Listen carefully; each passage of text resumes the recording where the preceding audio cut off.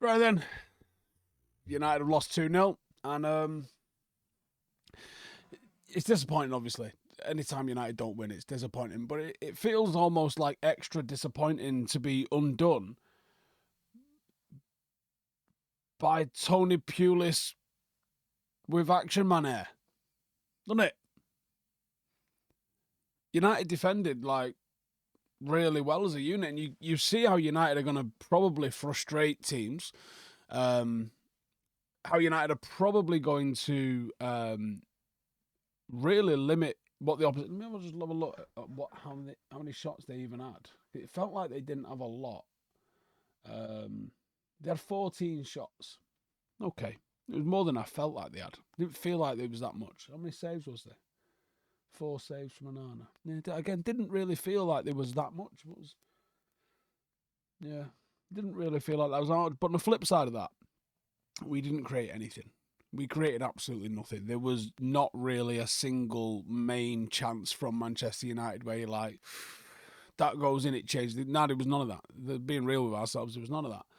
There's a frustration with, you've been done by corners. Arsenal have got very, very good at corners of late. But it still feels preventable, doesn't it? That's the annoyance. You look at it and you go, Christ, lads, the first one, can Onana not come and get that? Why is he glued to his line? And I know they crowd out the goalkeeper, and I know that there's an effort to do that.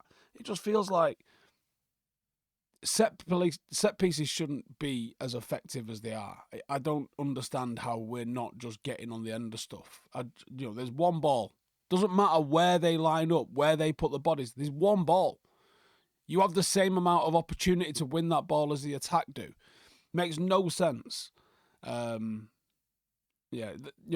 guess that we clearly didn't manage to work on that and Arsenal specific set plays in the build up to the game because of limited time on the training ground, and we probably really required ourselves to get acquainted with the system and the players who were going to play in the particular system.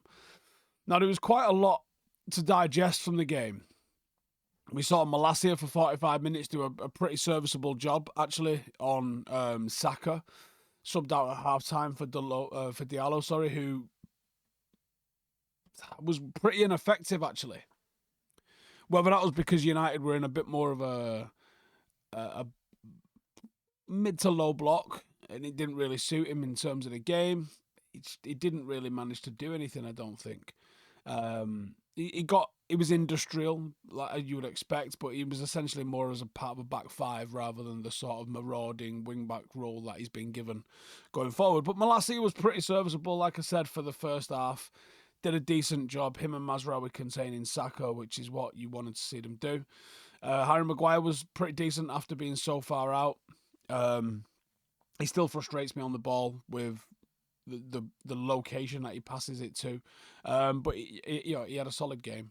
I can't call him out for that. De Ligt thought was good, as he generally is. I thought United's best player, which there wasn't a lot to write home about. Delow's not having a good old time. He's in a poor vein of form at the moment. We got to figure out how to get him playing better because I don't know if I'd call him a weakness, but he's certainly not having a good time of it at the moment.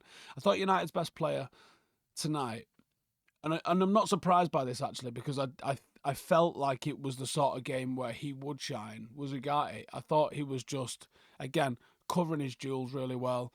He was safe with the ball. He made good decisions. He covered a lot of ground. I just thought he was United's best player. Now, it was a low bar.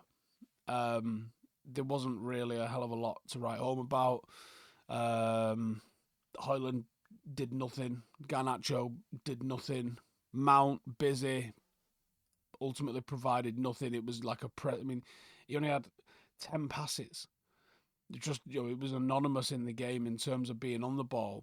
Off the ball, didn't really manage to get involved in a hell of a lot, to be honest. It was kind of like busy but unproductive game from him.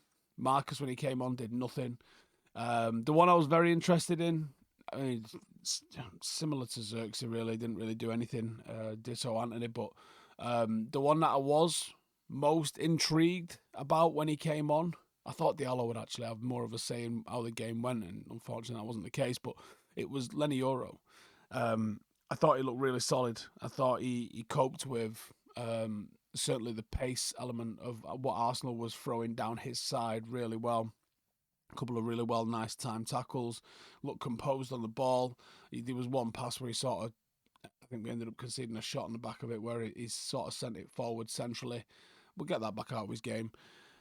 But yeah, it's a bit disappointing, isn't it? You've got like, you feel like you deserve more.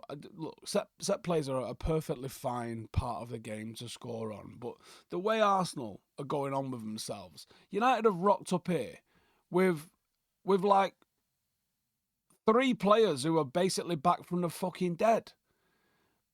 Mason Mount's played about as many minutes as I have in the last year. Malacia less than. And Harry Maguire's first start since I don't know when. I think he might have actually started earlier in the season, but like he's not been starting regularly, has he? Like, considering Arsenal are stroking themselves into an oblivion about how they are the second best team in the country and they're on this trajectory and Arteta's the one and this, that and the other, and we turn up at your ground and you do nothing. You do nothing against us. You were fucking boring. You were, right? It's not on us to go out and win that game. Not in the situation that we're in. Not 3 games into a new manager's era with issues in the team. Issues that got the last manager sacked. Issues in terms of adapting to a new manager's system, which is vastly different to the previous manager's system, especially when it comes to the spaces that you've got to cover. Going to a team like Arsenal. And then doing it with resurrecting 3 players' careers to do that.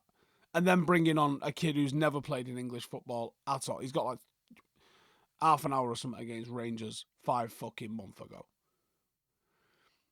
To go in to the Emirates in those circumstances and you do nothing. Nothing.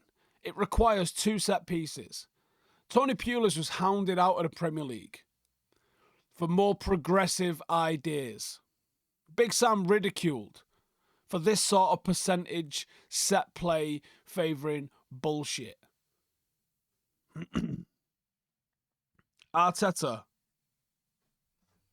I'm not having him. He's a cringe-worthy fucking bellend. And I'm just not having him. I'm not having him. They are one of the long ball teams. They are. Factually, they are. They send it forward and they look to try and battle it and they compete on set plays. I'm not saying there's anything wrong with that. I'm just saying it's hypocritical as fuck that Arsenal think that they've got some sort of a brand of football that's worth touching their cocks about when really they are a glorified fucking Stoke. Own it. Own it. I'd have so much more respect for you if you owned it, but you actually think you can fucking play nice football. No.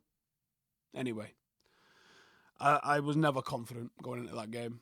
I thought actually there was a good chance of it being a Rodding. So I come away with that a little bit happier, thinking that we've done better than I thought we were going to do there, to be fair.